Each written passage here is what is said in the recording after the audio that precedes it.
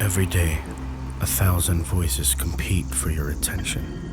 Fear whispers, doubt argues, the world screams. There even comes a moment when the noise gets so loud, it feels like they're winning. But then, the author steps into a story. In the quiet of the tomb, death lost its grip. Light broke through like a shout in the shadows, like dawn sprinting into a world that forgot what hope looked like. A stone rolled back, a savior stepped out, a promise was fulfilled. The same power that conquered the grave, that told death to sit and be silent, now pulses in us. So when the world tries to come and steal what was already paid for at the cross, we remember that they do not have the final say.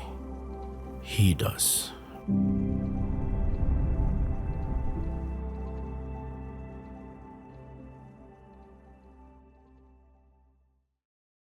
Good afternoon po, Live Dasma. Magandang hapon sa ating lahat. And good afternoon. Pwede niyo bang patiin yung katabi ninyo ng magandang hapon? Magandang hapon sa ating lahat, no? Yan. So, nasa third part na tayo ng ating series for April na The Final Say. And excited tayo to hear the Word of God sa atin ngayong hapon. So, tayo po tayong lahat. Itong pag-uusapan natin mamaya ay tungkol sa purpose natin o sa layunin natin. Ano yung purpose natin? Ano yung layunin natin? And what a way na i-start natin yung ating service this afternoon by being reminded ng Word ni God sa Psalm 138, verse 8. So basahin ko muna siya in English, tapos sabay-sabay natin basahin in Tagalog kung nakikita po natin. Basahin muna natin in English. The Lord will fulfill His purpose for me. Your steadfast love, O Lord, endures forever. Do not forsake the work of your hands. Basahin natin sa ang salita ng Diyos. Tutuparin niyo, Panginoon, ang inyong mga pangako sa akin. Ang pag-ibig niyo ay walang hanggan. Huwag niyong pabayaan ang gawa ng inyong kamay. So, ang nagsulat ng salmo na ito ay si Haring David, no? And we know na si King David, isa siyang man after God's own heart. Ang ganda nung sinulat niya dito kasi sinabi niya na yung Panginoon, si Lord, si Yahweh, ang tutupad ng kanyang purpose, ng kanyang layunin. Tapos yung translation niya sa Tagalog, yung purpose ay tinranslate niya bilang mga pangako ni God. And as we take itong truth ng word na ito, yung mga pinangako sa atin ni God ngayon sa buhay natin, at yung purpose niya, yung ating layunin, yung bakit tayo pinanganak, ano yung meaning ng buhay natin. Ang maganda nito kasi si Lord ang tutupad. Diba? May mga sino sa atin meron tayong mga pangako na pinangahawakan kay Lord sa atin? Sino sa atin meron tayo na, Lord, itong purpose na binigay mo sa akin, itong bakit ako nandito? Ano yung meaning ng life ko? Kapag nagpatuloy tayo kay Lord, siya yung tutupad nun. Siya yung mag-fulfill ng promise niya. At yung pag-ibig ni Lord ay walang hanggan. It endures forever. Tayong mga tao, minsan napapagod tayong magmahal. Minsan ang ating love ay hindi nag-endure. But the love of the Lord endures forever. And nandun yung prayer ni David na huwag pabayaan. Lord, huwag niyo akong pabayaan kasi gawa tayo ni Lord eh. Si Lord yung creator niya eh. So as si Lord yung creator niya at si Lord yung creator natin. So, panghawakan natin tong salita ng Lord na to. Pray tayo, Lord, marami pong salamat sa hapon na ito. Thank you, Lord, sa pagpapaalala sa amin na Ikaw, Lord, ang mag-fulfill. Ikaw ang tutupad ng pangako mo sa amin. You will fulfill your purpose. Lord, we know na yung pagmamahal mo sa amin ay walang hanggan. Ito ay steadfast love. And Lord, we pray na huwag mo pong i-forsake, huwag mo kaming pabayaan, Lord, na gawa ng iyong mga kamay. And truly, Lord, because you are faithful in our lives, because you are a loving God, you will fulfill your purpose to us, for us. Thank you, Lord. This is our prayer in Jesus' name. Amen. Ay, palakpakan natin si Lord. At sama-sama natin siya with songs of praise and honor.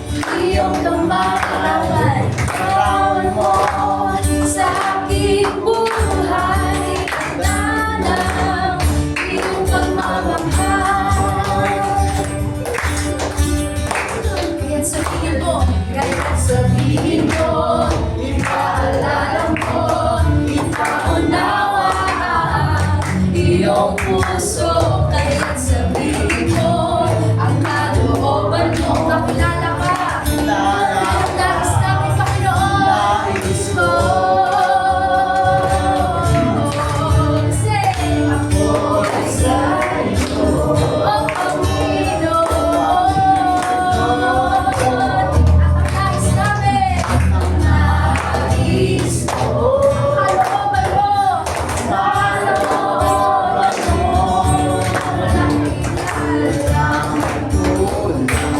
ang pag-ibig mo. Ang nais namin, ang nais ko.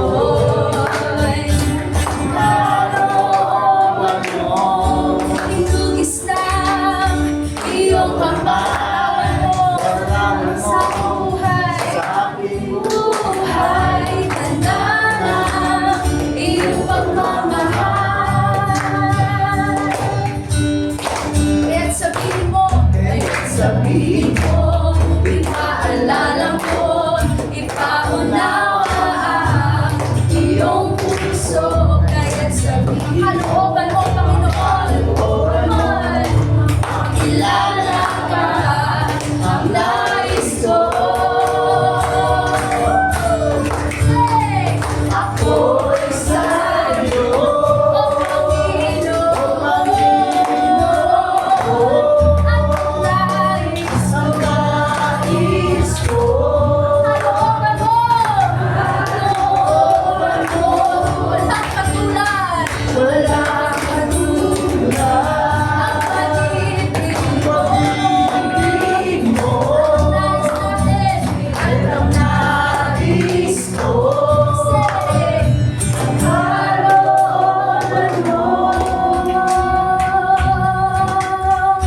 Oh Diyos, kalooban mo.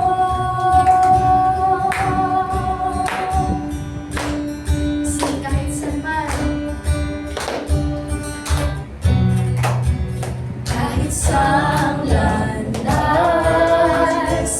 ay ihahaya sa mundo. Ang pag-ibig mo, ang pag-ibig mo, kahit saang landas, say, ay ihahaya sa buong mundo.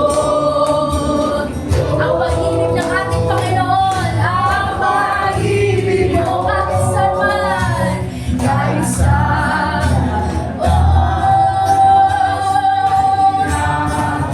sa mundo. Ang pag-ibig mo, kahit sa landas, kahit sa landas, ay ihahaya sa buong mundo. Ang pag-ibig mo, ako'y sa'yo, o Panginoon, at ang nais ko. Say, ang kalooban mo,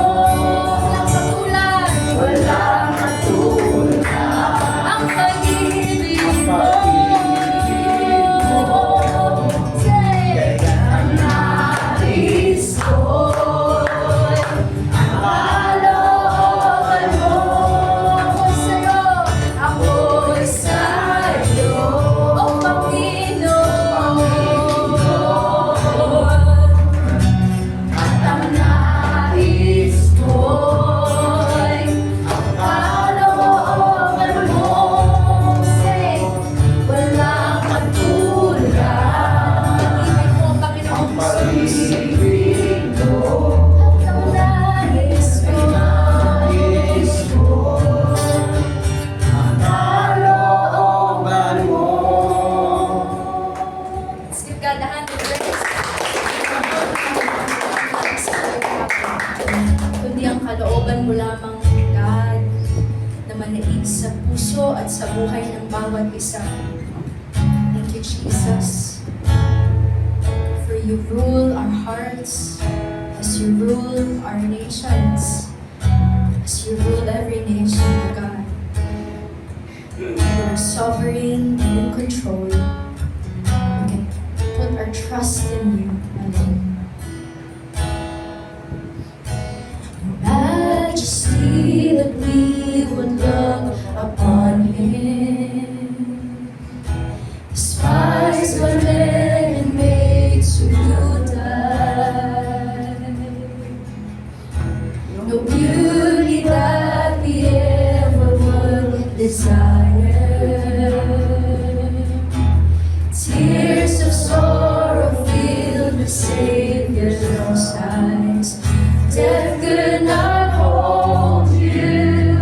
You overcame. Sing the power of darkness, the power of rain. Victorious King, Savior of all, risen in glory, hope of the world, ruler of nations, the heavens resound, creation adores you, and we will bow down.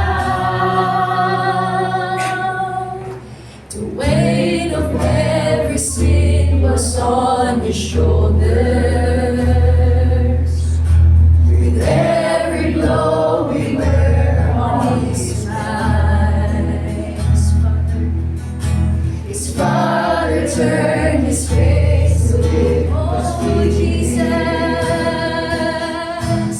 as his suffering servant gave his life. But death could not hold you. Come on, you overcame the power of darkness, the power of rain. Victorious King, Savior of all, risen in glory, the hope of the world, ruler of nations, heavens resound, creation adores you, and we will bow down. Sing victorious, victorious.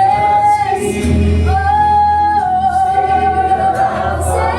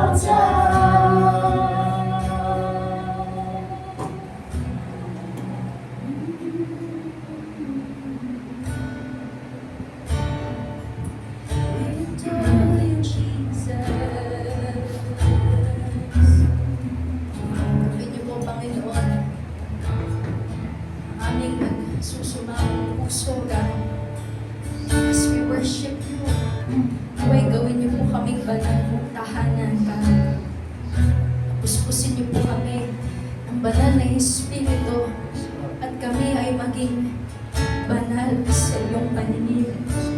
Na ang aming buhay ay maging kalugod-lugod sa iyo na kahit walang nakatingin, ikaw ay nakangiti sa amin.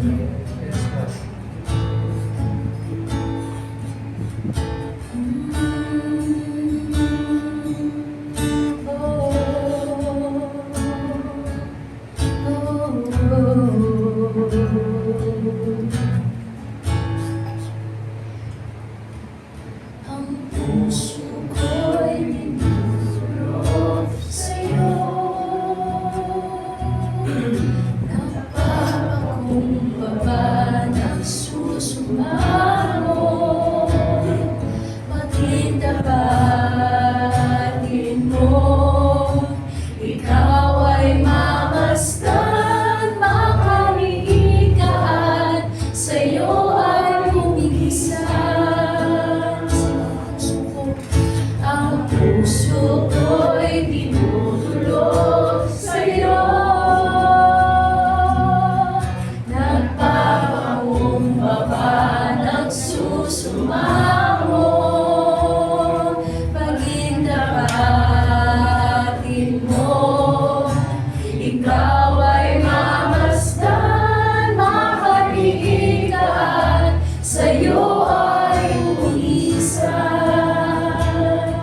Loobin mo ang buhay ko'y maging banal mong tahanan. Luglo ka lang iyong wagas na pagsinta.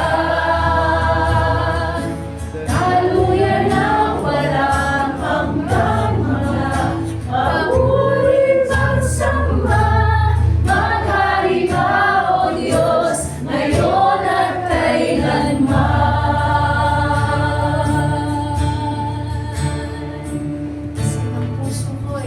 Ang puso ko'y dinudulog sa'yo.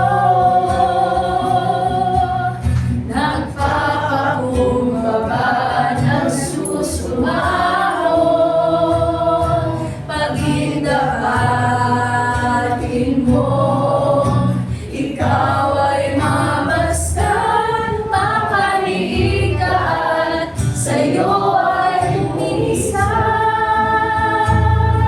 Loobin mo ang buhay ko'y maging banal mong tahanan. Luglugan ang iyong wagas na pagsinta. Daluyan ang walang hanggang mga papuling pagsamba. Maghari ka, O Diyos, ngayon at kailanman. Panginoon, loobin mo ang buhay ko'y maging banal mong tahanan. Luglugan ang iyong wagas na pagsinta. Daluyan ang walang hanggang mga papuling pagsamba. Maghari ka, O Diyos, ngayon at kailanman. Loobin mo ang buhay ko'y maging banal mong tahanan. Luglugan ang iyong wagas na pagsinta. Daluyan ang walang hanggang mga papuling pagsamba. Maghari ka, O Diyos, ngayon at kailanman. Maghari ka, O Diyos, ngayon at kailanman. Maghari ka, O Diyos. Maghari ka, O Diyos, ngayon at kailanman. Yes.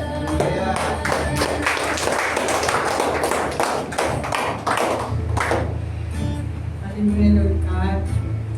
Thank you, Lord, sa araw na po, Panginoon. Itago mo kami, Lord God, sa iyong banal na dugo, Panginoon. Maraming salamat, Lord. Lord, naging possible, Lord God, na araw na to. Pangatlong life, hindi na siya detail, Lord. Service na to, Panginoon. Thank you, Lord, sa araw na to. And ikaw ang maghahari, Lord. Itago mo rin po ang aming preacher na si Pastora Ana, Panginoon. Ikaw ang makikita, Lord God. Ikaw ang maghahari sa message, Lord, na maunawaan namin lahat, Lord, na gusto mong iparating sa aming mga puso. Thank you, Lord. In Jesus' mighty name, amen. Good afternoon, everyone. Nandito tayo ngayon ulit. Welcome sa Sunday service natin.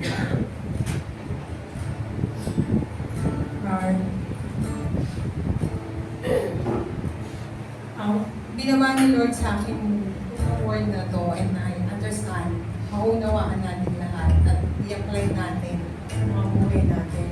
Ang 1 Peter 1:16, since it is written, you shall be holy, for I am holy.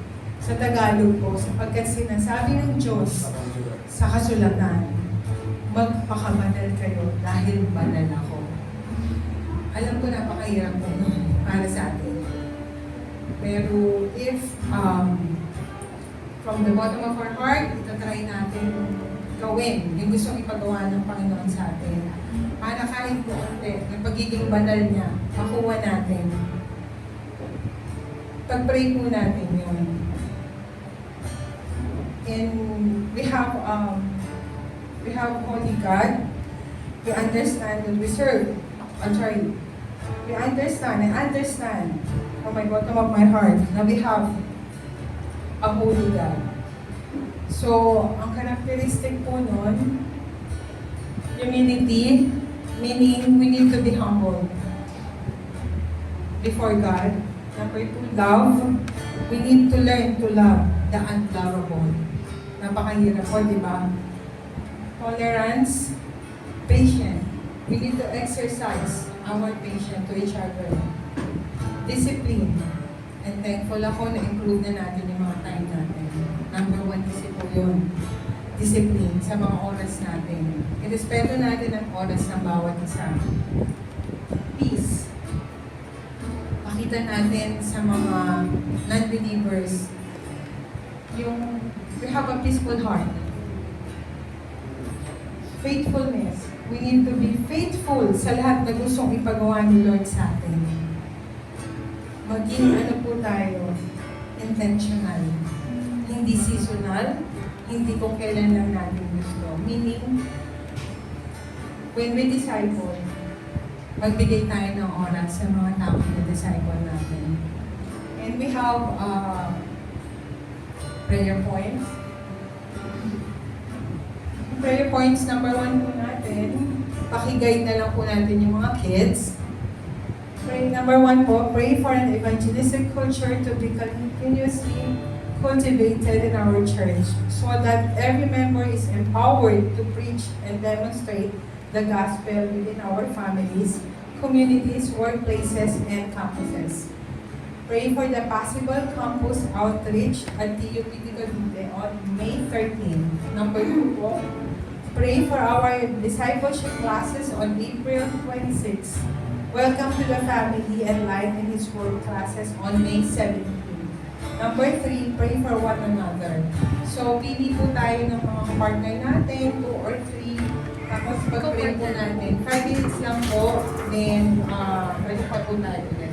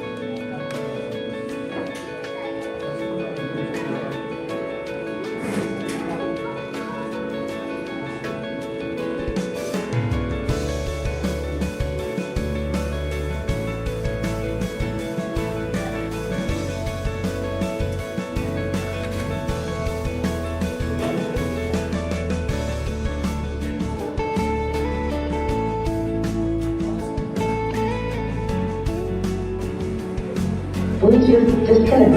Bluetooth pairing. Bluetooth device is connected successfully.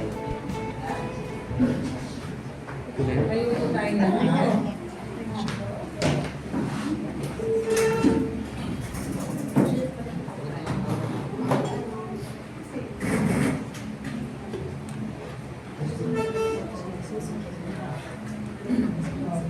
Pray tayo ulit, ha? Halagan, Lord, thank you, Lord, sa Panginoon. Thank you for loving us, Lord. Thank you for guiding this church. Yes, Lord. Lord, at kung ang 1, 2, 3 na to na prayer namin, Panginoon, ikaw po, Lord, ang mamuna mula sa makakapag-evangelist kami, Panginoon, sa mga communities, Panginoon, sa campuses, Lord God, makapasok kami sa PUP, Lord. Bigyan mo po kami ng mga connection, Panginoon, para makakonect kami, Lord, sa mga students, sa teachers. And number 2, Lord, ikaw po ang mamuna sa April 26, Panginoon. Lahat po ng mga life day, Lord God, ikaw po yung kanila para po maka-attend sila sa discipleship classes. And praying for each and every one dito, Lord God, na touch mo yung mga heart, bigyan mo sila ng wisdom, Yes. at ingatan mo ang puso. And nagpe-pray ko rin, Lord, ang aming pastora, Lord God, bigyan mo siya ng good health, Lord, and itago mo siya, Lord God, sa banal na dugo mo. Thank you, Lord, in Jesus' mighty name. Amen. Amen, amen. Lord.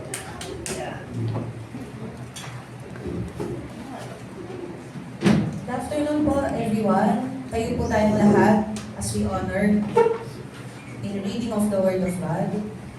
So, basahin po natin on 1 Corinthians chapter 15, verses 29 to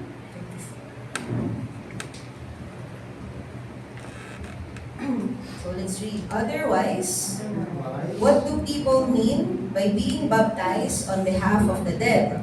If the dead are not raised at all, why are people baptized on their behalf? Verse 30.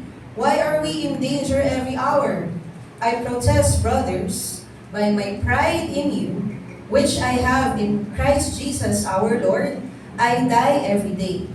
What do I gain if, humanly speaking, I fought with beasts at Ephesus? If the dead are not raised, let us eat and drink, for tomorrow we die.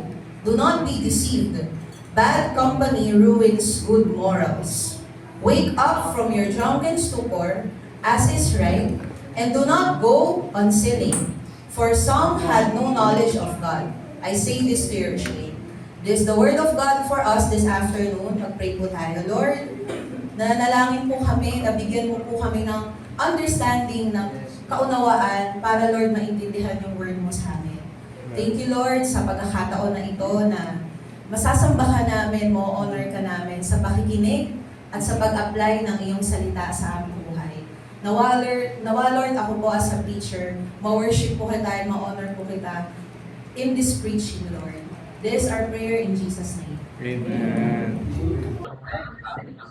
Final say. So, the final say, dinidiscuss na natin simula ng April 5 hanggang matatapos ng April, nasa isang chapter lang tayo, Corinthians chapter 15. And ang goal natin is mas maintindihan, mas maunawaan natin yung resurrection ni Jesus. Sinasabi we believe na si Jesus ay nabuhay muli. Yan. Nagbigay siya sa atin ng power. Yun yung foundation ng faith natin, which is yung death, yung burial, and yung resurrection ni Christ. Yung life, death, burial, and resurrection ni Christ. Last week naman pinag-aralan natin yung hope, yung pag-asa, at yung victory, yung tagumpay na meron tayo kay Christ Jesus. And ngayon naman, pag-uusapan natin kung ano yung purpose natin, our purpose, in light of the resurrection. So ito yung ating points last week. So may bigay lang ako, lahat naman tayo may katabi, yan. And most of us naman ay nandito last week. So ano yung natatandaan natin? So mag-recap tayo. Ang two insights natin ay Yung resurrection ni Christ, ang pag-asa ng bawat believer, and yun yung resurrection ni Christ proves the victory over sin, death, and darkness. So, pwede nyo i-discuss sa katabi nyo, quick lang, siguro mga 1 to 2 minutes, kung ano dyan na nagawa ba natin to hold on and live with an unshakable hope and to be secured sa victory ni Jesus. Yan. So, pwede nyo pag-usapan kung ano yung mga recap or learnings ninyo from last week. Kahit na 1 to 2 minute lang. 1 minute per person para maikli lang tayo. 30 seconds plus. Yung sa akin, yung watch on hindi shape. Depende ko same time. Kahit mo kasi sana yung isip ko may mga challenges na tayo pinapos. Pero hindi natin minsan nakakalimutan natin meron tayong plan na nag-guide sa atin sa ating puso. So, kaya ayun na kailangan yung faith mo is matibay para wala kong pinaw di ko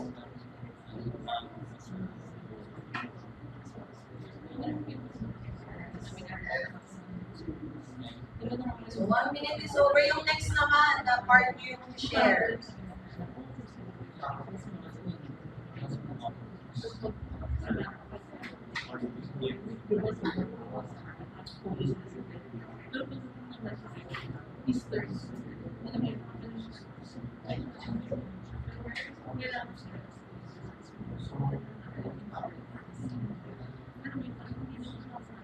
Okay, so 10 seconds, 9, 8, 7, 6, 5, 4, 3, 2, and 1.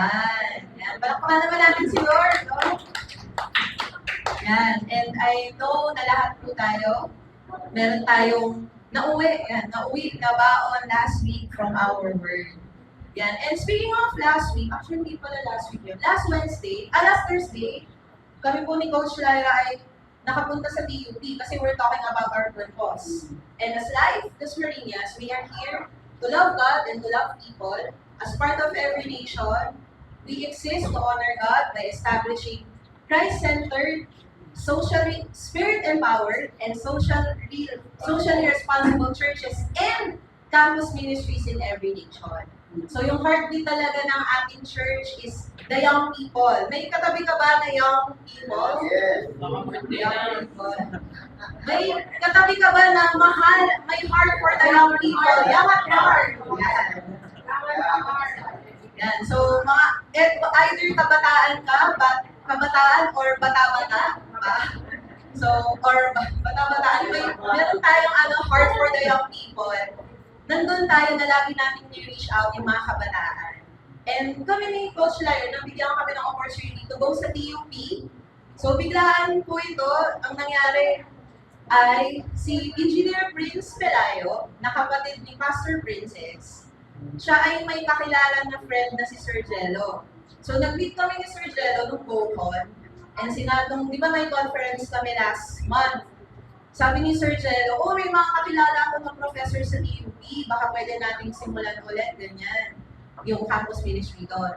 Tapos nung Thursday, pumunta kami ni Coach, inimit lang dapat namin si Sir Mark, na kakilala ni Sir Jello. At ito si Sir Mark, yan. Tapos ang nangyari, akala namin chika-chika lang, gano'n, lang kung ano yung PNC, anong ginagawa natin. Biglang sabi ni Sir Mark, ma'am, gusto niyo po ba i-introduce na po namin kayo sa advisor ng SAC or yung Students Ambassadors for Christ? So yung Students Ambassadors for Christ, if you would remember 2017, sila yung naging partner organization natin sa loob ng TUP. At ang mga estudyante na nag-run ng SAC ay nagkataon na nag-church sa Life Cavite. So si Ira, si Miles, at ang secretary nila, treasurer ba na si Sai. Sinasabi niya maniyain siya. Pero nakita ko yung picture niya, nag-preach ng gospel sa classroom. So, tapos yung SAC, or kasi SAC yung tawag, pero mas maganda na SAC, nag-re-establish yung organization last year or 2 years ago pa yung Judy. Tapos humingi sila ng bylaws sa atin para maano yung bylaws. Ngayon, sabi ko kay Sai, baka naman pwede na tayong introduce. Pero for some reason, nade-delay na push back. Hanggang sa'yo, nagkaroon ng opportunity to So ito yung campus ministry way back, going back to our purpose and reaching out to young people. Yan, ayan si Sai, eto kailan yun ba to? Yung kalbo sa likod? Yan, yung kalbo sa likod, at nasa likod pa rin siya after 9 years. Si Mac Bulan. Yan, so very fruitful yung campus ministry natin doon. And lahat tayo, we have been part of that. The Marqueses, yung inyong bahay, yung parang birthing clinic, in a sense, ng mga kabataan dyan. And yun, so pag-pray natin, ang nangyari, we were able to present. Hindi rin kami prepared nun, pero buti yung mga campus missionary sa Life Nova, merong mga material and all. So ano yun, matik yun. Ang natutunan namin ni Coach Lyra, kailangan lang talaga matapang ka. Kasi si Lord, kasi pag nag-step in ka, nag-obey ka, doon binibigay ni Lord yung provision eh. Pag finulfill mo yung purpose mo, hindi na ibibigay ni Lord lahat, kumpleto. Tsaka mo gagawin yung purpose. Pero ang kailangan, mag-step ka into the sphere of obedience. Mag-obey ka tayo sa pinapagawa ni Lord, sa purpose niya, and He will provide all the things that we need. Nakita na natin yon sa faithfulness ni God sa center natin. And we have seen that. Tapos binalikan ko yung mga picture yan, medyo mataba pa ako niyan. I can proudly say that during those times, medyo mas chubby si Pastor yun. Gumagana naman yung walking at 2 meals a day, kahit pa yan, si Pastor T, medyo pa siya niyan, slim pa siya niyan. Yan, then si Paula, and then some of our people there. Tapos may mga time that we were also giving out, yung parang mga token sa mga students. So yung pag-pray natin, kasi there's a possible opportunity for us on May. Actually, yung first week, leadership, yung sinasabi ng USG eh. Kasi hindi lang namin na-meet yung advisor, pero pati yung president ng yung USG or University Student Government. Nandun siya, nandun yung president ng SAC, andun yung USG, andun yung advisor ng org. So parang, Lyra, sabi ko last year nagpunta tayo dito, hinarang kami, pinalayas kaya kami sa TUP doon. Mag-prayer walk na kami, pumasok kami, hindi po pwede hinarang kami. Nung guard, pinalayas kami. Tapos parang nung Thursday, ba't siya bukas na bukas? Ano yung sinasense natin kung ano yung ginagawa ni Lord. So kailangan lang natin minsan gawin, matapang tayo as we obey the purpose of God. And He will give everything that we need. So ipag-pray natin, yan, syempre, tapos kapag free tayo, yan, Wednesdays yun yung binibigay nila na slot sa atin. Every campus break, yan, so we can also go there and do campus ministry. Yan. So umabalik lang tayo sa natin, sa ating fountain of youth talaga, which is the campus. Yan, and going to the purpose, sabi ko nga, our purpose as an Every Nation Church and as Life Church is to reach out the next generation. Kaya masaya din ako na may mga kabataan tayo dyan sa likod. Yan. At mga nagmamahal sa mga kabataan, may heart for the young people. Sama-sama tayo on reaching out, on reaching out and loving the young people. Now, going back to the word natin, we are discussing this for the past 3 weeks na. The most important message or the first importance is yung gospel. Si Jesus, na nabuhay siya, namatay siya, nilibing siya, at nabuhay siyang muli. Yun ang pinakamahalagang mensahe. Sabihin nga natin, pinakamahalagang mensahe. Na natanggap ni Apostle Paul at pinapasa sa atin ngayon. So, pinag-aaralan natin nung nakaraan, may onting problema, di ba? Yung mga Corinthians. Ito kasing sulat na ito ni Paul bilang tatay na pastor sa kanyang mga sa congregation. Sinusulatan niya, medyo may siya, nai-review niya, or medyo may kinokorek siya kasi may mali silang understanding. So last week, nakita nila na kung naniniwala tayo na buhay si Jesus, bakit namumuhay tayo ng walang hope, tsaka nang hindi tayo victorious? Yun yung in-address ni Apostle Paul during this time. So ngayon naman, yung binasa natin, syempre, dahil English Standard Version natin binasa, I made a point na i-translate siya sa mas mababaw na Contemporary English Version at sa Pinoy version para mas maintindihan natin yung word. Yan. So, nung napansin nyo, no, parang sa atin, sa buhay natin, kaya pina-recap ko yung mga understanding last week. Kung naniniwala tayo sa resurrection ni Christ, and sa resurrection natin, na may power yun, bakit parang minsan, no, parang kung ano yung pinaniniwalaan natin, at kung ano yung sinasabi ng Bible, minsan merong disconnect sa buhay natin. Sabihin nyo nga, disconnect. Parang hindi connected. Bakit may disconnect? Minsan, na ito yung paniniwalaan natin, pero ito yung ginagawa natin. So minsan, no, sa mga students, we believe na victorious na tayo in Christ. We believe na may hope tayo. Pero minsan, tayo mga estudyante, parang minsan nabubuhay tayo ng hindi buhay si Lord sa atin. Minsan sa mga young professionals, yan, may mga young pro ba dito? Young pro na magja-jogging mamaya? Sorry, may urgent appointment ako. Ready na ako eh. Sama dapat ako, pero may appointment later. So young pro, if we believe na si Lord should be honored, pero minsan may disconnect sa work natin. Minsan late tayo pumapasok. Minsan Honda tayo. Minsan may mga stock tayo ng paper clips. Minsan may disconnect eh. Sabi ko, ba't parang gano'n may disconnect? Sa mga husbands, yan. Minsan sinasabi natin na we say sa mga husbands na meron tayong tatlong mga husbands dito at nandito ang kalang mga wives. Minsan sinasabi natin na mahal talaga kita, love. Han. Kung tawagan ninyo, Pastor and Tita. Nick, Han. Hindi ko sila kita yung Han. Nick, love. Sinasabi ni na Tito Ferdy, ni na Pastor Eric, ni na Ryzen, na mahal ko yung asawa ko. Pero minsan hindi maramdaman yung mga wives. Bakit gano'n? Parang may disconnect. Parang hindi ako masyadong na-appreciate. So minsan iisipin ng wife ko, parang may disconnect. Mahal ba talaga ako ng asawa ko? Pwedeng isipin nyo na mga wife. So may disconnect eh, sometimes. And yung goal natin ngayon is makita natin na yung power ng resurrection, magkaroon tayo ng alignment at makonect tayo to live a life of purpose. So ngayon, ito na. Makita natin on this part na may disconnect ulit. Verse 29, it says on the Contemporary English Version, if the dead are not going to be raised to life, what will people do who are being baptized for them? Why are they being baptized for those dead people? Paano naman yung mga taong nagpapabaptize para sa mga patay? Anong magagawa nun kung totoong hindi naubuhay muli ang mga namatay?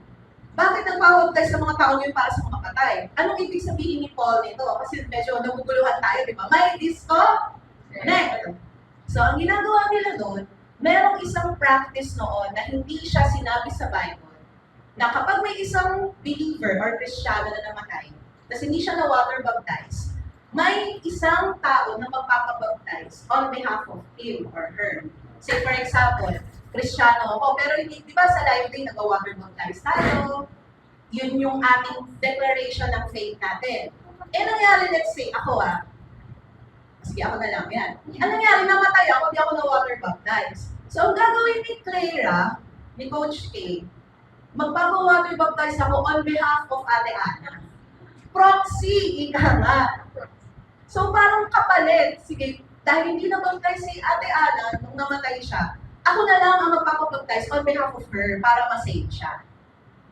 Gets din nyo? Kumbaga, di ba ba tayo nagpapabaptize sa mga nag-life day dyan? Yan. Bilang natin, di ba that we want to follow Jesus? Eh may mga tao noon na hindi siya practice in the New Testament church, pero for some reason, nakapasok sa kultura ng mga Corinthians. Let's say kung dito sa Life Dasma, may gumawa nun, ay hindi makakapunta let's say si Kyle sa live day, si Mac na lang, ako na lang magpapabaptize on behalf of Kyle. Parang ganun yung nangyayari. So, kasi nasabi nga ni Paul, kung naniniwala tayo na mag-resurrect tayo ulit, bakit kailangan may mabaptize on behalf of me? So, ang sinasabi ni Paul, para siyang may disconnect.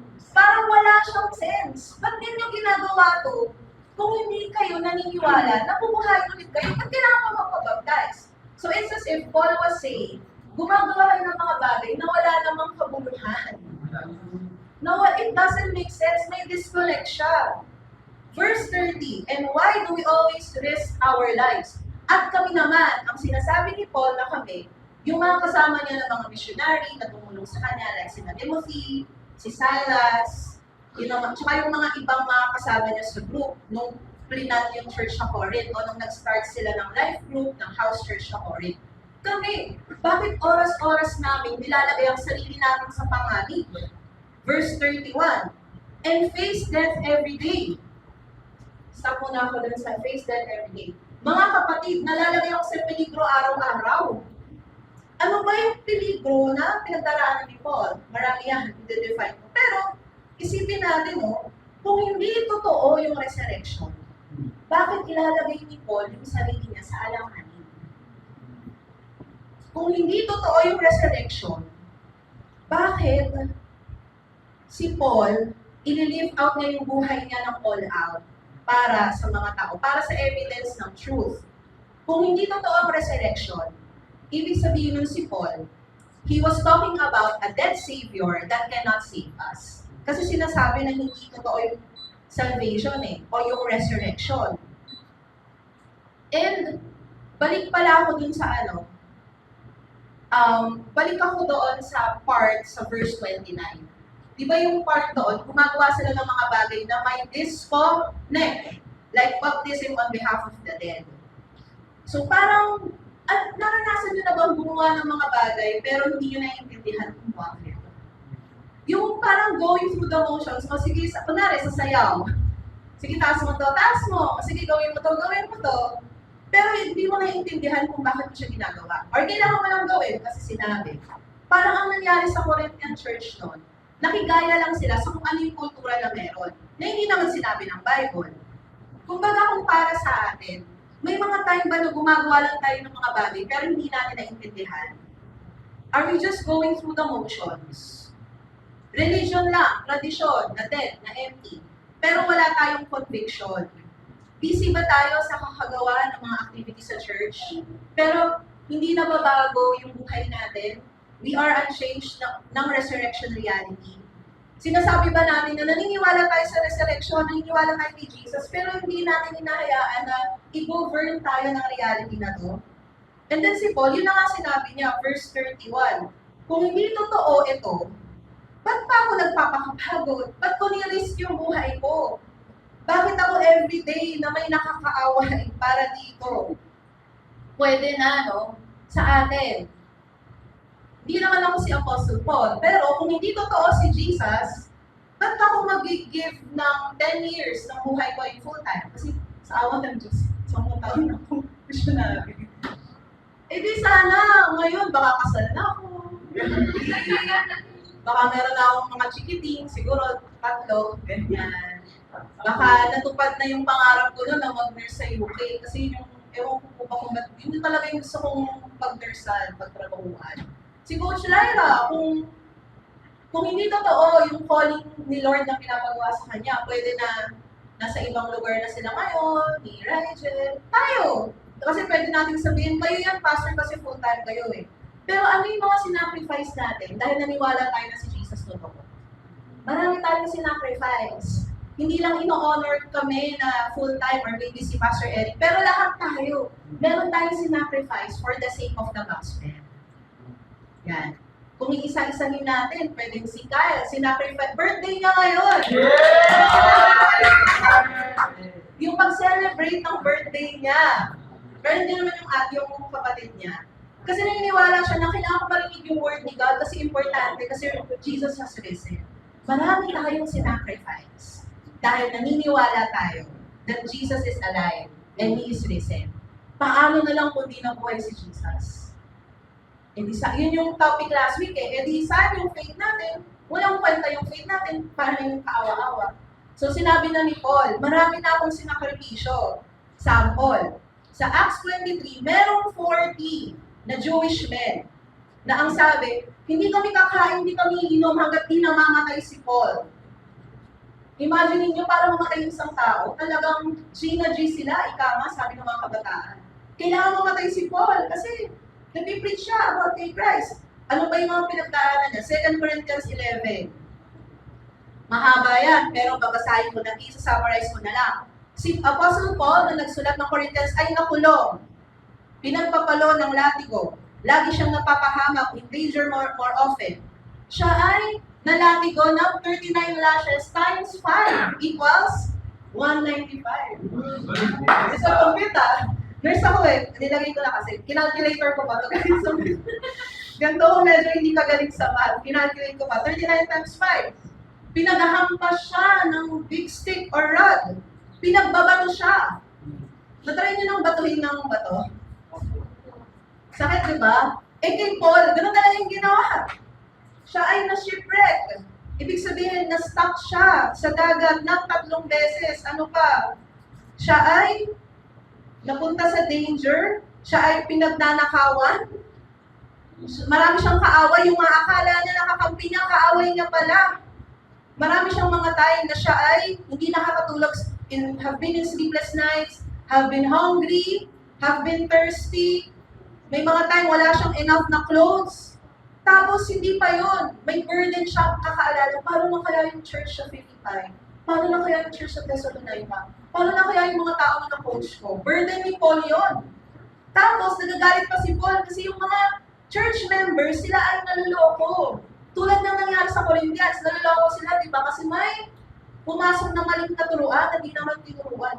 Imagine niyo yung anguish ni Paul o yung kahit paghihirap niya. Hindi lang physical, pero may emotional din. Kung hindi totoo yung resurrection, bakit gagawin lahat to ni Apostle Paul? So this could mean na si Paul, kumbinsido siya of the resurrection.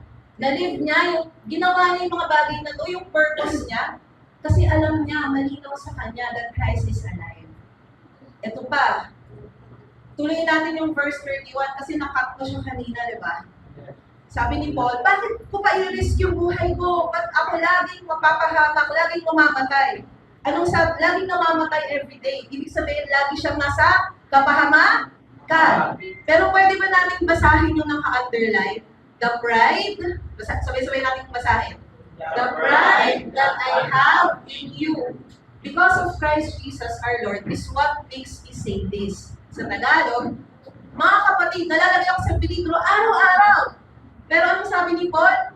Proud ako sa inyo. Parehas tayo naniniwalang Panginoon si Christ Jesus, kaya ako nasasabi ko ito. Anong ibig sabihin nun? Kahit na matigas yung ulo ng mga taga-Corinthians, kahit na, kasi ang Corinthian church, very talented. Talented sila, ang gagaling nila, pero matigas yung ulo nila. Hindi sila nakikinig minsan kay Paul. Kaya si Paul, kailangan paano? Susulatan ko ba kayo ng may pagalit? Gusto niyo bang puntahan ko kayo ng galit ako? At papagalitan ko kayo? Sabi ni Paul. Pero ano sabi ni Paul? Proud ako sa inyo. Kahit na matigas yung ulo ni Paul, mahal na mahal pa rin ni Paul yung mga taga-Corinthians. Tingnan natin yung mga sarili natin. Matigas na yung ulo natin. Yes. Pero, mahal tayo ni Lord. Kahit na matigas yung ulo ng mga taga-Life Plasma, mahal pa rin kayo ni Pastor Ana. Oh! Actually, si Pastor Eric. Nag-joke lang! Si Pastor Eric nagkamahal sa atin. Hindi, mahal ko naman kayo. Mahal ko kayo, hindi lang ako showy, hindi lang ako masyadong mag-vocal. Pero, araw-araw yun. Yan. Sige, hindi ko na sasabihin yung iba kasi reward ko na kayo, Lord. Kami na ni Lord yun. Pero, kahit na matigas yung ulo natin, meron ba kayong life group leader na tinatakasan ninyo? Yan. Meron ba kayong coach na tinatakasan ninyo? Ayaw nyo magpa-coach minsan. Pero, yung coach natin, yung mga life group leaders natin, mahal na mahal tayo. Ba't natin nagagawang mahalin yung mga tao kahit matigas yung ulo nila? Kasi, dahil sa love ni Lord. Bakit dahil sa love ni Lord? Kasi buhay si Jesus. Kasi totoo yung faith natin. So may mga time na tayo, kailangan natin maging si Apostle Paul. Kailangan natin mag-take ng risk. Sino sa atin excited na tayo na mabato para kay Jesus? Yes! Yan, yung mabato. Ngayon kasi, hindi naman tayo mamamatay sa Pilipinas physically. Kapag nag-follow tayo kay Jesus, di ba? Hindi tayo ma-persecute. Kumbaga, hindi tayo pinaparusahan pag sinabing Christian tayo. Pero, itong word na to, naalala ko nga nung nag-meeting kami nung nakaraan, or nung nasa Go conference, yan si Tita Nor nandun, si Lyra. May isa doon, taga-Tajikistan. Tapos sumigaw yung babae, sabi niya, Muwa Arena yun, sabi, pray for Tajikistan! Ano yung babae? Kasi yung mga delegates, no, di ba tita, meron silang red na ID lace. Ibig sabihin, pag red na ID lace, sila yung galing sa mga bansa na bawal yung gospel. So kaya bawal kami magpa-picture, bawal namin ano. Pero may isang babae yung sumigaw, pray for Tajikistan! Tapos nag-meeting kami afterwards, nung last 2 weeks ago sa Taguig. Sabi niya, pasensya na kayo kung sumigaw ako bilang koko na. Kasi dito ko lang magagawa to. Kapag pagbalik ko kasi sa bansa ko, hindi na kami pwedeng mag-worship doon ng malakas yung boses. Kasi papatayin kami. Tayo, namatay na ba tayo guys? Sinabi natin na Jesus is alive. Wala pa naman, hopefully sa bansa natin. Pero tayo, ang persecution lang na meron, nakakahiya. Pag nalaman ng mga classmates ko na Jesus, mapapahiya ako, nakakancel ako. Baka iba siya ko. Yun nga lang yung sa atin, minimum na nga yun eh. Pero may persecution pa rin. Pero imagine natin, no, pag namuhay tayo, nang parang si Apostle Paul, yung taking ng risk para maintindihan natin yung word ni God. Tayo ba minsan, no? Kasama ako dito So habang nag-preach ako, natatamaan din ako. Naniniwala ba tayo sa eternal life, pero we avoid present sacrifice? Tandaan natin na yung faith natin is a risk-taking faith. Tulad nga ng example ko kanina sa TNT. Hindi yung kompleto na yung materials, hindi yung nag-appointment na, tsaka kami pumunta. Pero, binigay na ni Lord yung opportunity. Thanks be to God, si Lord lahat yun. Si Lord yung nag-touch sa puso ni Sir Mark, Sir Jello, ni Engineer Prince. Kaya kami nakapag-present doon ng ENC.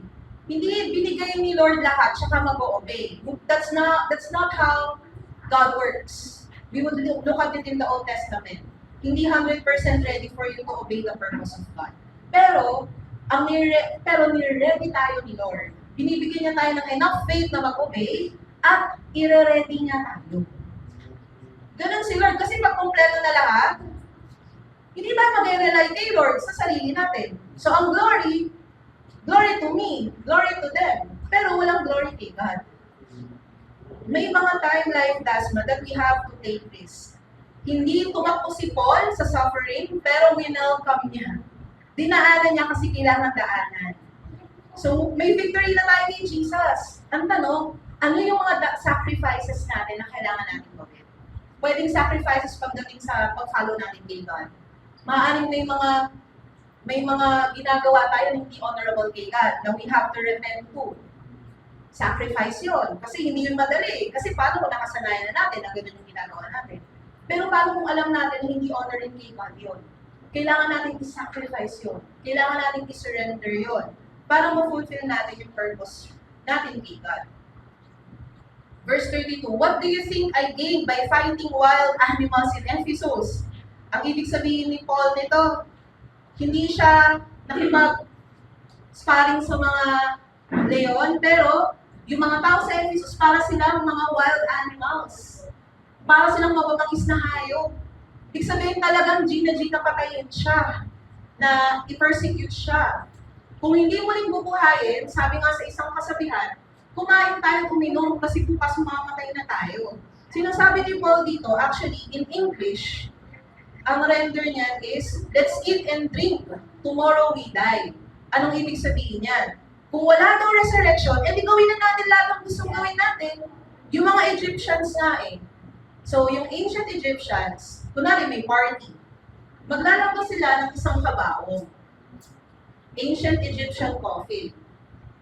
Yan. Ilalabas sila yung kabaong na yun. Yan. Kabaong. Yan. Ilalabas sila yung kabaong na yun. Tapos imagine ninyo yung itsura. Parang may party-party. Ganyan. Nagiinuman yung mga tao, kumakain. Ilalabas ng isang opisyal yung kabaong. Anong ibig sabihin? Gawin niyo lahat ng gusto niyo kasi bukas mamamatay na tayong lahat. Gawin nyo lang gusto nyo. Sa mga kabataan, YOLO lang. Kasi you only live once. Sa iba naman, ano yun? YOLO. Alam niyo ba yung YOLO sa mga kabataan? Hindi. You only need one. Sa ano na? You only live once. Sabi ng mga ibang kabataan, sabi ng mga tao doon. Or ngayon, sa kultura natin. Imagine natin kung gawin natin lahat ng gusto natin, tapos mamamatay na tayo. Ibig sabihin, walang judgment. Ibig sabihin, walang justice. Ibig sabihin, lahat ng mga ginawang evil sa mundo, wala siyang kabayaran. Kasi after naman natin magpakasayang, mamatay na lang tayo eh. That's yung ibig ko sabihin. Yung mga taong minsan sa Corinth, nabubuhay sila ng dito lang. Kaya nga, ni-remind sila ni Paul na pinag-aralan natin last week. Kung yung faith natin for this life lang at hindi sa life after death, sa resurrection, kawawa naman tayo. So sinasabi ni Paul dito na kung hindi muli mabuhay si Christ at hindi muli mabubuhay ang mga patay, let's just do everything. Let's eat and drink. Tomorrow we die. Pero anong sabi sa 1 Corinthians? Same letter, pero chapter 10. Balik tayo konti. When you eat or drink or do anything else, always do it to honor God. Sabi ng culture noon, and ngayon, nagpo-permeate na yun sa atin, gawin mo lang lahat ng gusto mo. You are the master of your own self. Live out your truth. Follow your heart. Kung ano ang nasa puso mo, sundin mo. Kasi bukas, mamatay din naman tayo. Pag gano'n, walang judgment. Walang payment for sins. Pag gano'n yung buhay natin, hindi tayo naniniwala na ni-resurrect ulit sa Christ. Pero anong sabi sa word? Kung ano yung gawin natin, we eat, we drink. Tulad ni Jomar na uminom ngayon. Or do anything else. We always do it to honor God. Ano yung ibig sabihin ng doing this to honor God? Dilive mo yung buhay mo ng may purpose ka. Let's say sa mga kabataan, maghuhugas, inutusan sila ng nanay nila na maghugas ng plato. So, gagawin natin yung paghuhugas ng plato, mga kabataan, kasi pag inutusan tayo, sino dito sa inyo inuutusan kayo ng mama nyo? Parang ayaw ninyo. Yan, ayun o, grabe, masama yung mga kids natin. No? Minsan may inuutos sa atin, pero ang sabi, gawin natin to honor God. Kaya tayo sumusunod sa utos ng ating mga magulang, kasi sila yung binigay na otoridad ng Diyos sa bahay natin. So kapag ino-honor natin yung magulang natin, ino-honor din natin si God. Kasi sabi din sa commandment yun, honor your father and your mother. Kapag tinupad natin yung promise na yun, nahabay buhay natin. Pero hindi lang yun yun. Ibig sabihin nun, we honor the authorities because they have been given by God to us sa homes. Sa trabaho, pag papasok tayo, hindi tayo malilate. Pwedeng Honda tayo umuwi. Pwede bang 1 hour late, tas 1 hour early yung out? Eh, anong sabi sa word? We always do everything to honor God. So, sa lahat ng gagawin natin, papasok tayo sa school, papasok sa trabaho, bilang pag-stand natin, bilang mga tatay, mga nanay, we do everything else to honor God. Living out our purpose. Hindi sinabing if, ha? Ang sabi, when. So, hindi siya conditional. Pag kasi ginamit yung word na if, ibig sabihin nun, kung kailan lang natin gusto. Pero pag sinabing when, kapag, sure, naman nakakain tayo, gagawa tayo ng mga bagay. We always do it to honor God. Verse 23, don't fool yourselves. Sabi niya, huwag kayong magpapaloko. Nakakasira ng magandang ugali ang masasamang barkada. Anong sinasabi ni Paul dito? Meron silang weird na ginagawa nung una, di ba? Yung nag-baptize on behalf of someone. Anong sinasabi ni Paul? Huwag kayong magpapaloko. Kahit pa, maganda yung good sa translation nito sa ESV, bad company corrupts good morals. Bad company ruins good morals. So kahit na maganda yung ugali natin, pero yung mga nakakasama natin ay hindi okay, eventually, maapektuhan din tayo nito. Sabi nga, you are the sum total ng 5 na tao na lagi mong kasama. Sino yung lagi mong kasama na 5 tao? Ate. Yan. So, ate, so ito po mo si Kali. So, 1, 2, 3. Dalawa na lang. Sino lagi mong kasama? Ikaw ang kabuuan nila. Yan. So, kabuuan ka ng 5 tao na lagi mong kasama. Anong ibig sabihin nun? Kahit pa na sobrang alam natin sa faith, pero yung mga kasama natin ay hindi, eventually, maapektuhan din tayo. Diba? Isipin natin, no, ikaw yung pinaka-strong sa friend group nyo na Christian. Pero yung 4 mong kasama, hindi. Pwede natin sabihin, hindi, Pastor, kaya ko to. Ako ang tatayo para sa kanila. Good yun, kasi gusto natin sa reach out. Pero pag hindi tayo naging maingat, pwede na mahatak tayo. And dahil prideful yung mga puso natin, minsan pwede din tayo mahatak pababa. Kaya, ang tanong ko sa atin, gusto natin na mamuhay ng may purpose yung buhay natin. Sabi nga kanina ni Coach Nor, holy, let us be holy for our God is holy. Kapag sinabing holy, tayo ay set apart, tayo ay iba. Kaya nga merong love, may tolerance, may humility. Kasi character din yun ni God na ginagaya natin, na ina-emulate natin. Gusto natin mamuhay ng ganon. Kasi gusto natin maging honorable kay God. Pero ang tanong, do we want to live holy and pure, pero do we surround ourselves with the right people? Who are we surrounding ourselves with? Sa akin din to kasama din ako dito. So yung influence nila is hindi natin may iwasan. Influence is inevitable. Formation is unavoidable. Eventually, you will be formed ng mga kasama mo sa bahay, ng mga kasama mo sa school, kasama mo sa work, if you are not careful. Pero if you're doing that to reach them out, okay, well and good. But always remember, huwag tayong mag-rest sa laurels natin. Kaya ko to, ako lang. Make sure that you're also connected with people who will help you. And ang maganda naman dito, pag tayo ay nag-fall, pag masyado natin in-overestimate yung mga sarili natin, pag nag-fall tayo, we can always go back to God. Si God yung magbibigay sa atin ng grace, ng lakas, at ng wisdom to live a life of purpose and holiness for Him. So sabi din sa verse 34, be sensible.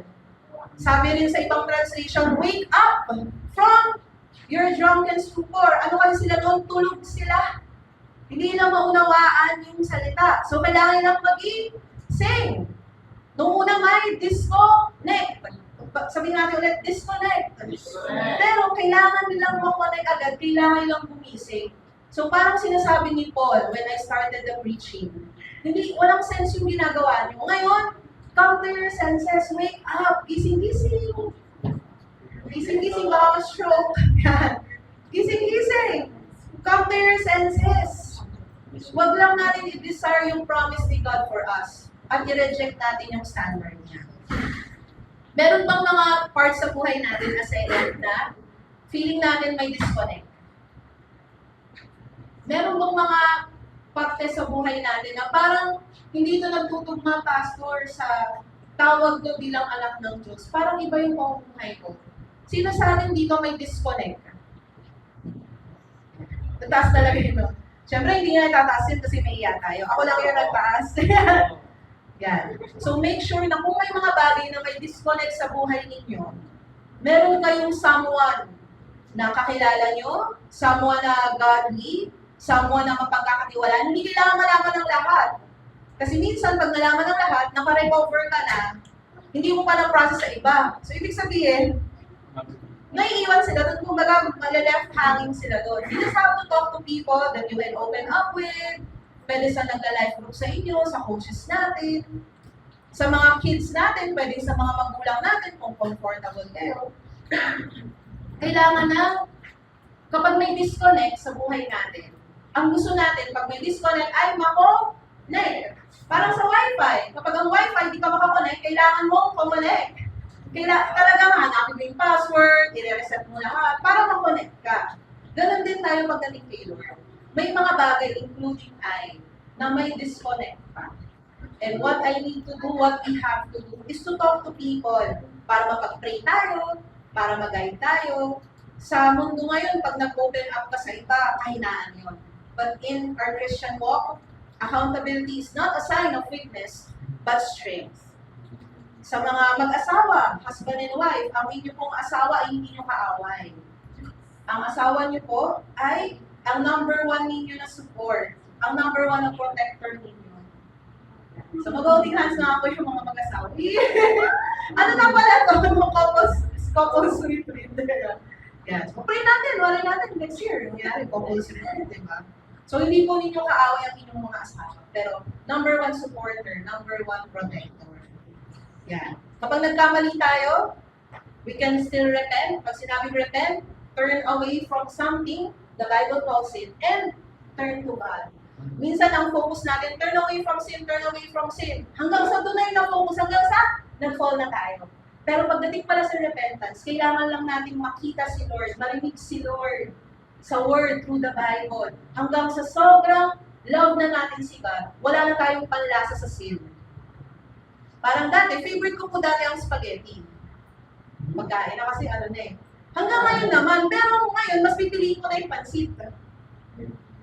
Kung okay naman yung spaghetti, pero hindi na siya parang, spaghetti, wow! Hindi na siya yung nabibigay ng ganong, ano sa akin eh. Mas wow, bagong lutong pansit, maraming gulay, wow! Hindi masyadong matamis, wow! Ganun na siya, kumbaga, wala nang masyadong panlasa. Ako before, I was talking with someone last week, sabi ko, hindi ko pinilit eh, na kailangan bawal ko nang gawin to, bawal ko nang, ano yan, na-expose lang ako sa love ni God. Hanggang sa mas nakita ko siya, mas desire ko na gawin yung mga bagay kay God, na nawalan na ako ng lasa, parang hindi na ako nag-enjoy pag gumagawa ko ng mga bagay na hindi honorable kay God. Yun yung repentance. At hindi lang siya basta salita, pero ginagawa din natin. May kaakibat din na action. Napaparepent tayo kasi sobrang love tayo ni Lord. Kaya yung one insight that I have to leave for us this afternoon is this. The resurrection of Jesus Christ enables us to live a life of purpose. Ano yung purpose? Layunin? Mamuhay ng naaayon kay Lord? To live a life of mission. Anong ibig sabihin? Sabihin nga natin, mission. Anong ibig sabihin pag living a life of mission? Alam natin na yung buhay natin is not just for here. Kaya nga kahapon, we continued on sa evangelism training kasi we believe na mas maraming mga tao yung kailangan makakilala kay Lord. So, ang ginawa namin kahapon, mas naintindihan lang namin yung gospel. Mas may challenge tayo sa mga kapatid na after 8 weeks, yun, secret na yun. Sa mga next na train na yun, may secret, secret knowledge ba, in a sense yan. So, meron silang assignment, yun lang kami. May assignment kami ng Pastor Eric, ng Coach Ryan, yun ang Jomar. So, live a life of purpose, mission, repentance. Ano nga ulit yung repentance? Turn away from sin and turn to God. So, kapag alam natin na buhay si Jesus, kaya natin mag-repent. Kaya natin natalikuran yung mga bagay na hindi okay kay God. And mag-focus tayo on loving God, hearing Him through life groups, through coaching, sa preaching, sa one-to-one. Kasi ang nakakapagpabago sa atin ay yung Word ni God. And of course, to live a life of holiness. Na umuhay tayo ng iba, nakaset apart tayo from anyone else. Yan. So may tumutulong po. Ay. Kala ko ano. Ayan, anyway, yan. So dahil dito, yan. So if someone can play the guitar for accompaniment. Yan. Yan. So as I am ending right now, ulit. Yan. So ano yung gagawin natin? Kasi lagi itong tanong ng mga taga-live plasma. Ano nang gagawin? Sabihin nyo nga, ano nang gagawin? So, anong gagawin natin? Because the resurrection power of Jesus will help us to live a life of purpose, mission, holiness, and repentance. Then, mamuhay tayo ng naka-align sa Word ni God. Kung baga may disconnect, anong kailangan natin gawin pag may disconnect? Kumonect. Parang pag may disconnect, diba hanapin natin, ba't kaya hindi ako makakonect sa internet? Mali yung password ko. Wala nang battery yung phone ko. Mali, hindi pa ako bayad sa internet. Hanapin yung reason eh. Kaya maganda, meron tayong coach. Kasi pag hindi natin mahanap yung reason on ourselves, our coaches can help us. Ba't kaya may disconnect? Hanggang sa maka-align na tayo or maka-connect na tayo. To live alive to the power of Jesus Christ's resurrection. by devoting ourselves to Him. Both personally, sabihin niyo nga personally, sa mga sarili natin, and missionally.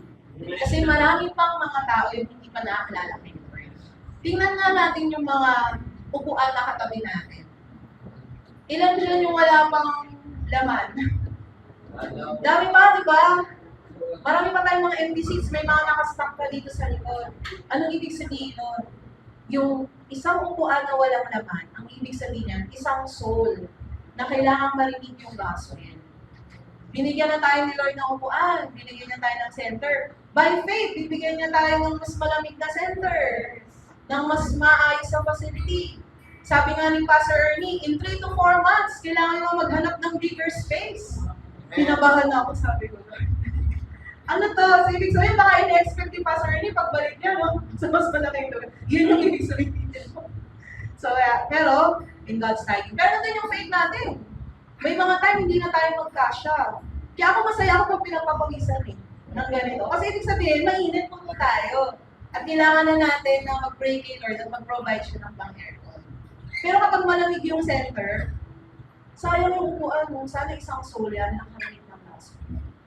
Pero, I believe, sabi ko nga kanina, pag may mga time na nag-fail tayo, we can always go back to God. It's God who will give us the grace, the wisdom, and the strength to live a life of purpose for Him. Ayun po tayong lahat as we close in prayer. And bago natin i-worship si God to our sacrificial prayer. May mga bagay po ba sa atin ngayong life last month na disconnected pagdating sa purpose natin? I want us to pause for a while and think about those things or that thing. Pause tayo. Let's have a moment of silence to think about dun sa mga bagay na yun na hindi siya pasok, na may disconnect sa purpose ni God sa atin and sa buhay. And mag-pray tayo kay Lord. If that disconnect calls us to repent, and sinasabi ni Lord, yung loving kindness niya will lead us to repentance. Then let's have a moment of silence na ihingi natin ang tawag kay Lord yun. I-repent natin kay God. And mag-pray tayo in us, tayo for ourselves. Nabigyan tayo ni Lord ng grace to live a life out of the purpose na meron natin.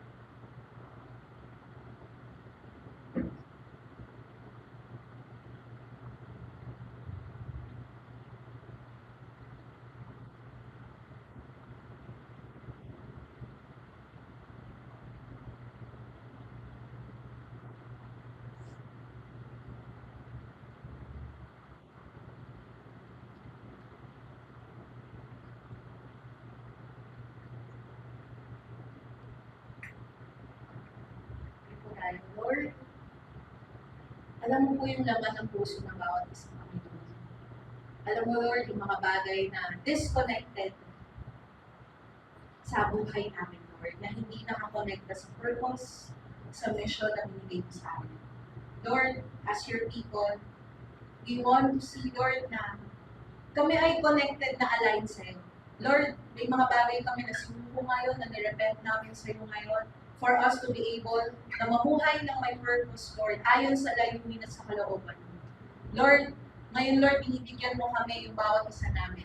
Kung ano yung itsura ng buhay namin, pag namuhay kami ng may purpose sa'yo. Lord, na pag pumunta kami sa school, hindi kami natatakot. Kapag filled kami ng purpose mo, yung heart namin, Lord, missional, yung life namin may purpose, we believe in the resurrection, pupunta kami, Lord, sa school, na kahit anong edad namin, sasabihin namin sa mga tao na si Jesus yung nagbibigay ng kaligtasan sa amin. Lord, we imagine right now yung mga buhay namin as young professionals, when we live our purpose, now we will use what we have, yung strength na binigay mo sa amin, the ability to produce wealth, so that we can give honor and glory to you, Lord.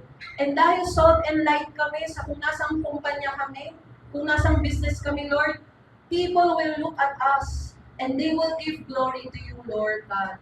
Lord, nakikita po namin, na-imagine namin, Lord, yung mga household namin, na Lord, yung mag-asawa, Lord, yung family, ang center ay ikaw. Lord, na yung mga bahay namin, hindi siya bahay na parang puro darkness, puro kadiliman, puro murahan yung nandun. Pero it is a mission house, Panginoon, na kung saan yung bahay namin, kung nasan kami, yung house, yung pamilya namin, ay hindi lang bahay, kundi ito ay tahanan. Na kung saan ang tahanan, Lord, ay kung saan ang presensya mo ay nananahan. Na yung mga kapitbahay namin, Lord, pag narinig kami nagpapatugtog ng worship song, pag ginagamit yung bahay namin as a place to gather people, may engganyo sila, Lord, para silang mga gamo-gamo na may engganyo dun sa bahay kasi nagliliwanag, kasi nandun yung presensya mo. Lord, na-imagine namin na kami as Life Dasma, namumuhay kami ng may purpose. Hindi kami matatakot pag nag-preach kami ng gospel, pag in-invite namin, Lord, yung mga tao sa paligid, hindi kami nahihiya. Hindi rin, Lord, sa lingwahe namin yung tingnan natin kung kaya, tansyahin natin. Wala nang ganun, Lord. Hindi kami defeatist in our spirit, pero we are victorious because we are in you. Lord, what a great picture it is na binibigay mo sa amin. To live a life with purpose, according to your vision. To live a life of repentance, and to live a life of holiness for you.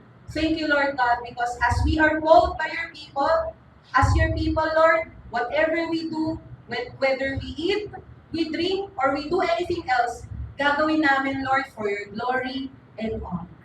This is our prayer in Jesus' name. Amen. Palakpakan po natin si Lord.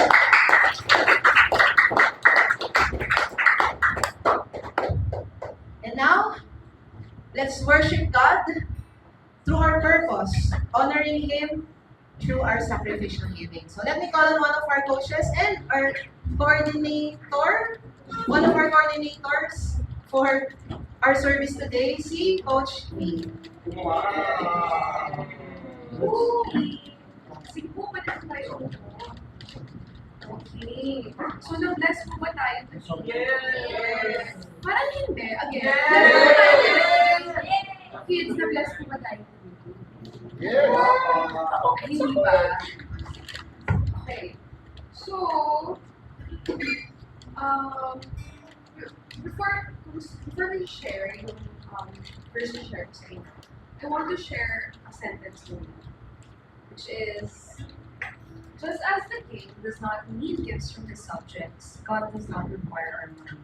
So in Tagalog, ang isang hari naman, hindi naman kailangan mga regalo from his subjects. Hari nga siya, di ba? So, same way si Lord, hindi naman kailangan meron natin because technically sa kanya naman yun. So, I want us to look at 1 Samuel 16 verse 7. But the Lord said to Samuel, do not look on his appearance or on the height of his stature, because I have rejected him. For the Lord sees not as man sees, but looks on the outward appearance, but the Lord looks on the heart. So we are reminded na si Lord, mas interesado siya sa intention natin. Ba't ba tayo nagbibigay? Ba't ba natin gusto magbigay? So, hindi nagmamatter kung magkano ilalagay mo sa envelope, magkano yung i-allow mo every week na ibibigay mo. Nagmamatter is, ba't ka nagbibigay? So, masaya ka ba pag binibigay mo siya? Kung nilalagay ka sa envelope, masaya ka ba? Or napapressure ka kasi yung katabi mo, nakita mo naglagay siya sa envelope. So, gusto ko ngayon, ano nyo sa sarili nyo? Ba't tayo maglalagay sa envelope? At ba't nga ba? Ba't mo gusto mo naman sa envelope? Sabi ba ni Mama, or sabi ba ni Pastora, sabi ba na nasa harap? I want you all to think and where your heart is coming from. So, actually, in the same way, giving is not just monetary. So I believe sa Red Pastora na lahat po tayo may purpose and may gifts dito. So you can also, I want to encourage everyone that you can also give by serving, by offering your time and talents and abilities. So, pwede po tayo mag-approach ng mga coaches natin, kay na Coach Lala, kay na Ate Sai, on how we can serve sa mga upcoming services po natin. Kasi nga every week na po tayo. So, makikita mo sa shares natin, meron po tayong 2 envelopes. The red envelope, ito po yung pledge natin for the facility. So, kita niyo po yung mga shares natin, yung aircon natin, na habang dumadami po tayo, kinakailangan po ng support ng isang pangkat. Pero huwag nung maladami umiinit, ibig sabihin, nag-grow tayo. Ano ba gusto natin? Okay, yun. Cheer kayo. Yes! So, ang white envelope naman po natin, this is for our lights. This one is for mga weekly service po natin. So, yung para po mag-continue ang functioning natin every week. At magkita-kita tayo. Di ba gusto natin nakikita every week? Yes! Yan. Tama. Okay. So, ang mga ushers po natin. So, you may also give po sa ating QR code. Sa mga cashless dyan, pwede rin po tayo through QR code. Maniniwala po ako mag-provide. So, tayo po tayo lahat. At mag-pray po natin ang love na pinigla sa atin. Okay? So, let's hold on our hands and extend our hands towards the love that we have received. So, Lord Father, we thank you for all of the blessings that you have given us, for your provision, your grace, and your faithfulness in our lives, Lord. Today, we offer back to you what we have, not because kailangan mo siya, Lord, but because mahal ka namin at nagtatrust kami sa iyo. Bless every giver and every heart, Lord, na nag-desire na magbigay of honor. May all of the love that gave us, that we give back, mag-serve pa sa mga ibang tao na wala dito, Lord, para mag-expand yung work mo and mag-glorify namin ang pangalan mo. Teach us all that we will have a joyful and willing heart and giving heart, Lord, to always remember na lahat ng meron kami, Lord, ay nagagaling sa iyo. And itong gift na to, Lord, i-give back namin sa iyo. That's this. In Jesus' name we pray. Amen.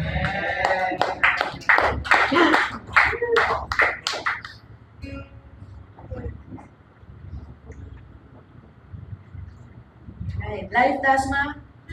Sino sa atin excited na i-enable because of the resurrection of Christ? Enabled na tayo. Pag sinabing enabled, dilagyan ng kakayahan. Enabled tayo to live a life of purpose, mission, repentance, and holiness. Now, let me give this word of blessing for us on 1 Corinthians chapter 10, verse 31. Whether you eat or drink, or whatever you do, do all to the glory of God. So, like the Marinas, we are now set to do everything for the glory of God, living a life of purpose, mission, repentance, and holiness. We give all praises and glory to you, O Lord. This is our prayer in Jesus' name. Amen. We are now set. See you next time.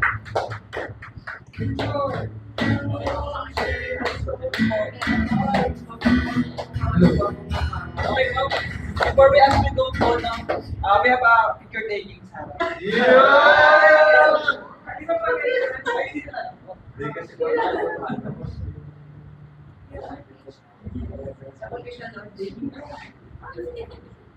Birthday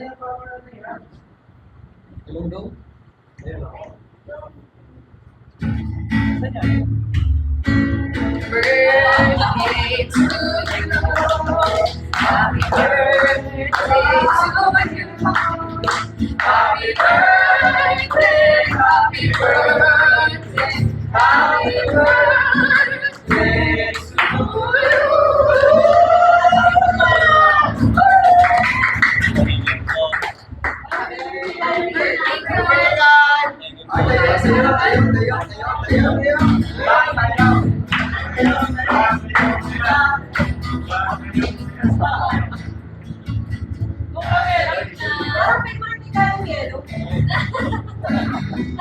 Okay. At sa Life Family, pag-pray natin si Kyle dahil yung araw ito ay special day niya. So, ipin natin yung ating kamay ni Kyle. Lord, Thank you, God, for this opportunity that we can pray for Kyle. Salamat sa buhay niya, Panginoon. Salamat sa kanyang commitment and dedication na mag-serve sa iyo, Panginoon. Lord, we pray for your blessings, hindi lang sa isang area ng kanyang buhay, Lord, kundi sa lahat ng parte ng buhay niya, you will bless him, O God. Even his family, God, we bless you sa Panginoon. Lord, alam ko na merong desire sa heart niya, Panginoon. I pray, God, ito yung mag-grant ng desire niya sa kanyang puso, Panginoon. Salamat po, God. Trust namin sa iyo. Si Kyle, Panginoon, bibig mo pa siya ng maraming birthday, Panginoon. Magiging blessing din siya sa maraming kaparaan. Pinupuri ka namin sa kanyang buhay. We pray in Jesus' name. Ako ano lang, while we're praying, I believe na ito rin yung word ni Lord sa'yo. Yan. On Romans chapter 12, verses 1 to 2.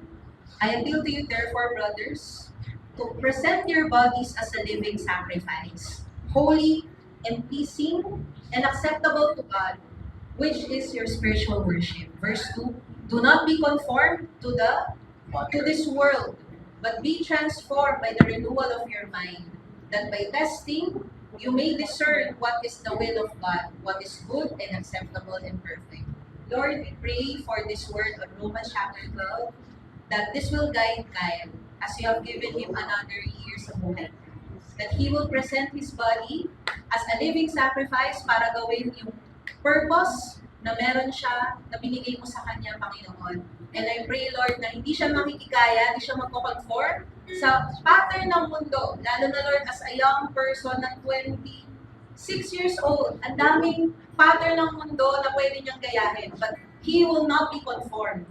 But he will be a man that will discern your purpose para magawa na, Lord, yung will mo. Yung good, pleasing, and perfect will mo for his life and his family.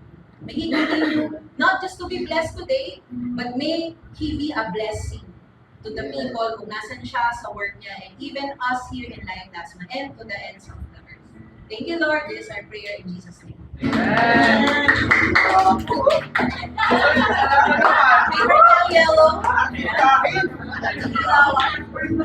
birthday, Kai.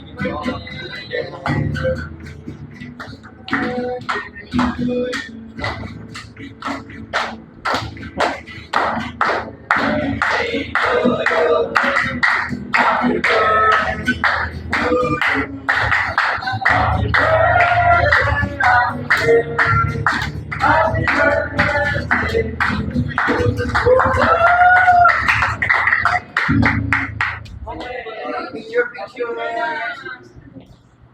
Okay, we can picture now po.